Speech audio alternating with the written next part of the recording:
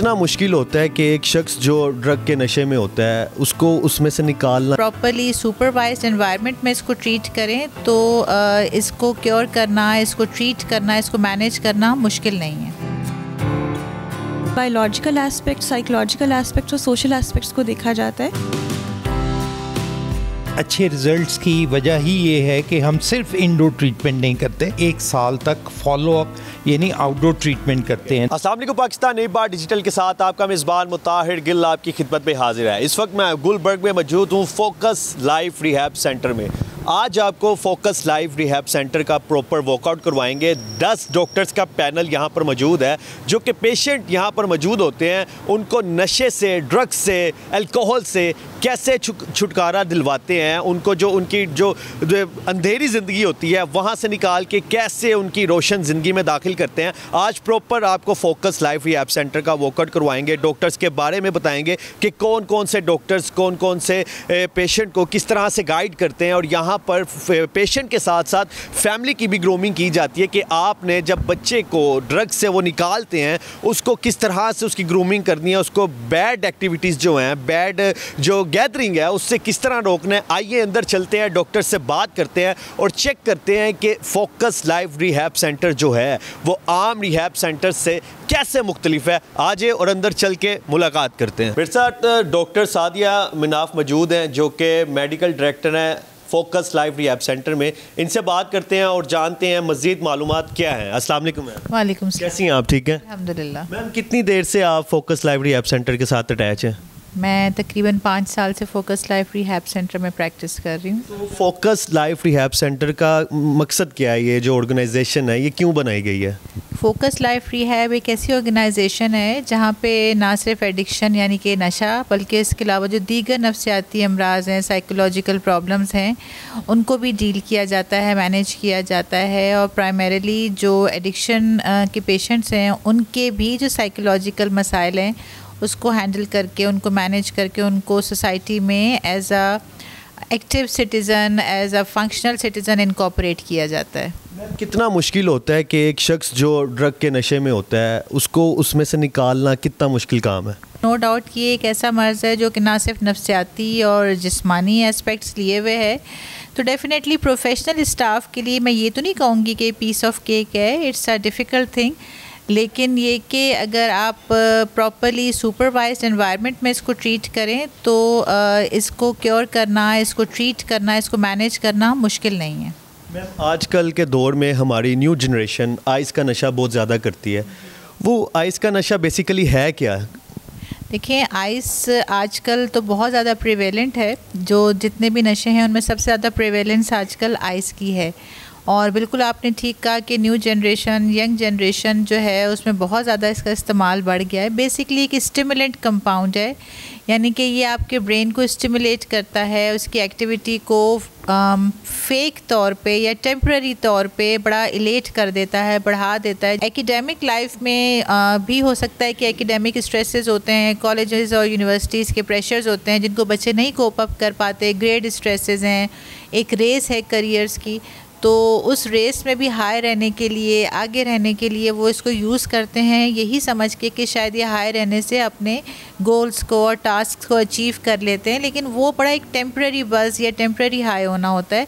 उसके बाद again they slip back into the जिसे कहना चाहिए डाउन हिल कोर्स होता है और फिर वापस जो है अगेन हाई होने के लिए आइस को लेते हैं। अदरवाइज़ आइस जो है उसके बारे में जो एक परसेप्शन है कि ये आपकी परफॉर्मेंस को इम्प्रूव करती है, वो सिर्फ एक जिसे कहते हैं ना हाफ टोल्ड थिंग होती है। वो आप समझ लें कि एक तरह से आपको टेम्पररीली हाई करती है। अच्छा मैम मुझे बताएं कि जो लोग हैं वो नशे की तरफ क्यों जाते हैं? देखिए, बहुत सारे फैक्टर्स होते हैं। सबसे पहले तो हम देखते हैं कि इसकी जेनेटिक प्रीडिस्पोजिशन होती है, यानी कि कभी कभी एज आ जिसे कहते हैं ना फैमिली ट्रेट में भी ये रन कर रहा होता है।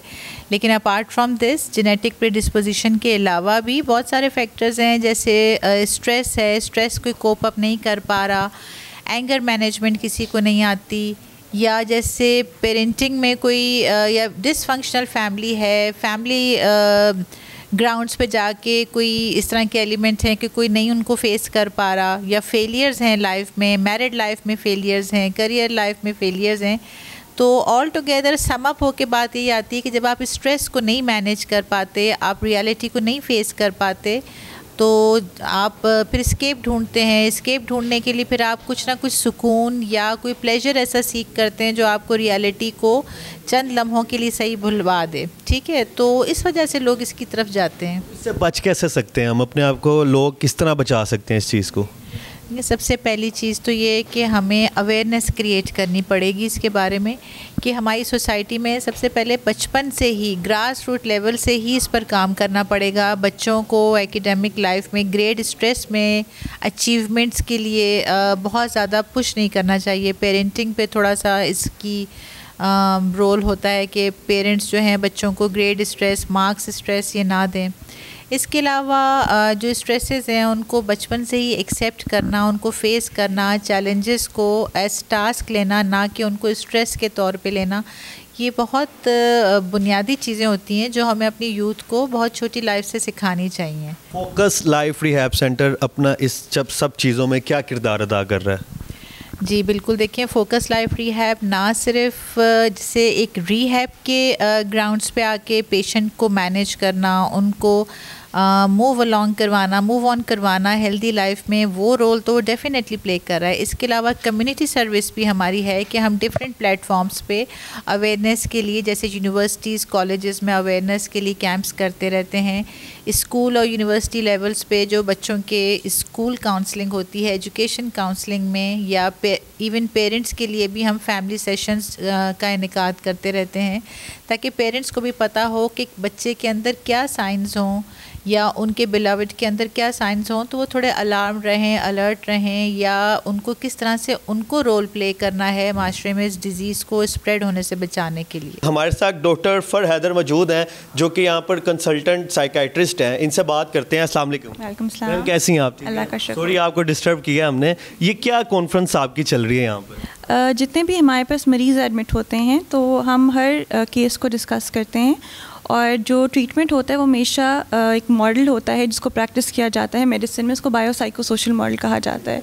उसका ये मतलब है कि जो भी मर्ज़ पेशेंट को है उसके बायोलॉजिकल एस्पेक्ट, साइकोलॉजिकल एस्पेक्ट्स और सोशल एस्पेक्ट्स को देखा जाता है, जिनको और इन तमाम एस्पेक्ट्स को ट्रीट करते हैं हम, ताकि जो मरीज़ है वो मुकम्मल तौर पर सेहतयाब हो जाए। अगर किसी को कोई साइकोलॉजिकल प्रॉब्लम्स हैं जो उनकी इस नशे वाली जो प्रॉब्लम है उसको प्रेसिपिटेट कर रहे हैं, तो हम उनको भी देखते हैं। कोई सोशल एनवायरनमेंट ऐसा है तो हम उसको सिखाते हैं तरीके जिससे वो अपनी उन जो सोशल प्रॉब्लम्स हैं उनको बहुत अच्छे तरीके से डील कर सकते हैं। फैमिली मीटिंग्स को प्लान किया जाता है ताकि जो भी उसके स्ट्रेसर्स हैं, यानी कि बायोसाइकोसोशल मॉडल में जो चीज़ हम ठीक कर सकते हैं उसको हम बेहतर करें, ताकि मरीज़ की जो सेहत उसको यकीनी बनाया जा सके। कभी ऐसा हुआ है कि यहाँ से जब पेशेंट प्रॉपर ठीक होकर जाता है, दोबारा आपको न्यूज़ मिली हो कि वो फिर से ड्रग्स पर लग गए? पेशेंट्स रिलैप्स कर जाते हैं, क्योंकि ये एक बीमारी ऐसी है जिसमें रिलैप्स रेट साइंस ने प्रूव किया है, रिसर्च ने प्रूव किया कि हाई होता है। लेकिन हमारी कोशिश ये होती है कि तमाम तर जो बायोसाइकोसोशल मॉडल इसे अप्लाई किया जाता है कि जो चीज़ें हैं जो इस बीमारी को प्रेसिपिटेट या ट्रिगर कर सकती हैं उनके ऊपर काम किया जाए। नाज़रीन, मेरे साथ इस वक्त मौजूद हैं डॉक्टर नदीम कुरैशी जो कि चीफ मेडिकल डायरेक्टर हैं फोकस लाइफ रिहैब सेंटर में। इनसे डिस्कस करते हैं। इनके साथ एक पेशेंट मौजूद है, इनकी स्टोरी जानने की कोशिश करते हैं। अस्सलाम वालेकुम सर। जी वालेकुम अस्सलाम। कैसे हैं आप? ठीक है जी मैं बिल्कुल। सर, क्या आप डिस्कस कर रहे हैं अपने पेशेंट के साथ? देखें, हमारा एक ट्रीटमेंट प्रोग्राम है जिसमें एक इंडोर पार्ट होता है which is from 30 to 90 to 120 days, और उसके बाद फिर फॉलोअप या आउटडोर ट्रीटमेंट प्रोग्राम होता है। हमारे ट्रीटमेंट की सक्सेस और अच्छे रिज़ल्ट्स की वजह ही ये है कि हम सिर्फ इंडोर ट्रीटमेंट नहीं करते, बल्कि कम से कम 3 महीने से लेके 1 साल तक फॉलोअप यानी आउटडोर ट्रीटमेंट करते हैं। तो ये पेशेंट हैं जो अपने तकरीबन 9 महीने रिकवरी में रहने के बाद आज अपने रूटीन रेगुलर विज़िट पे आए हुए हैं, और इस दौरान में जो भी कोई इन्हें प्रॉब्लम पेश आती हैं या जो भी कोई मसाइल होते हैं, दवाइयों को कम ज़्यादा करना, एडजस्ट करना, ये सारी चीज़ें की जाती हैं। कौन से नशे का ये शिकार थे? जी, ये अल्कोहल मेनली इनकी ड्रग ऑफ चॉइस थी। वैसे हैश भी यूज़ करते थे ऑफ ऑन, लेकिन alcohol was the main choice of his drug.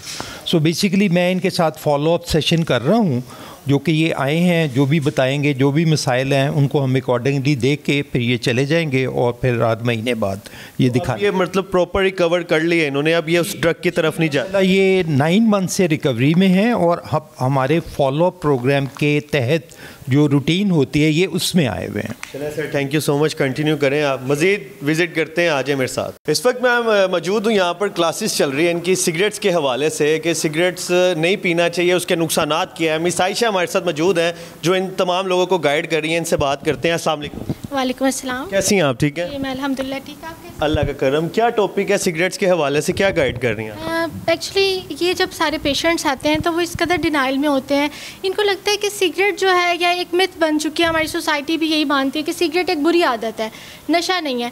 तो इनको बताया जाता है कि cigarette is a gateway to drugs. अगर आप सिगरेट पियेंगे तो दूसरे ड्रग ऑफ चॉइसेस की तरफ आप लाजमी जाएंगे। जैसे कि सिगरेट के अंदर मौजूद 600 और मोर केमिकल्स हैं, जिसमें nicotine is the most harmful chemical in the cigarette. इनको बताया जाता है कि सिगरेट इनके cardiovascular disease, heart disease, respiratory infections और डिफरेंट जो वैस्कुलर, रिस्पायरेटरी, ब्लड प्रेशर्स के डिजीज़ हैं वो इनको सिर्फ सिगरेट की वजह से हो सकते हैं। तो इनको डिफरेंट इनके ट्रिगर्स आइडेंटिफाई किए जाते हैं। इनको बताया जाता है कि इंटरनल और एक्सटर्नल ट्रिगर्स क्या होते हैं।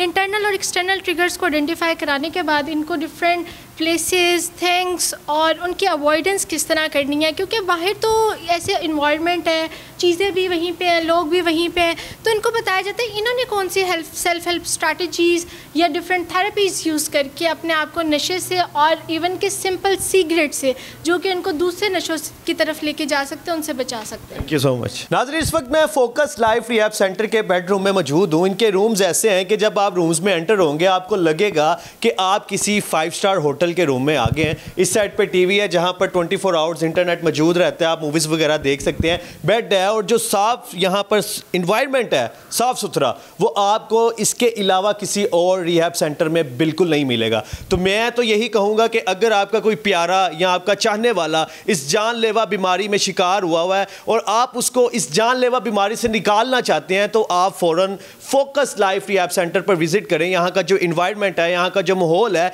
यहाँ के जो डॉक्टर्स का पैनल है, जिस तरह से वो ट्रीट करते हैं, ऐसे लगता है कि आपका अपना भाई या आपकी अपनी बहन या आपका फैमिली का कोई मेंबर आपको ट्रीट कर रहा है। और उसके अलावा जब आप यहाँ से प्रॉपर रिकवर हो जाते हैं, घर जाते हैं, तो आपकी फैमिली की भी प्रॉपर ग्रूमिंग की जाती है कि बाद में आपने अपने बच्चे को किस तरह से इस बैड हैबिट से दूर रखना है। वीडियो को ज़्यादा से ज़्यादा शेयर करें। मुझे इजाज़त दें, अपना ख्याल रखें। अल्लाह हाफिज़।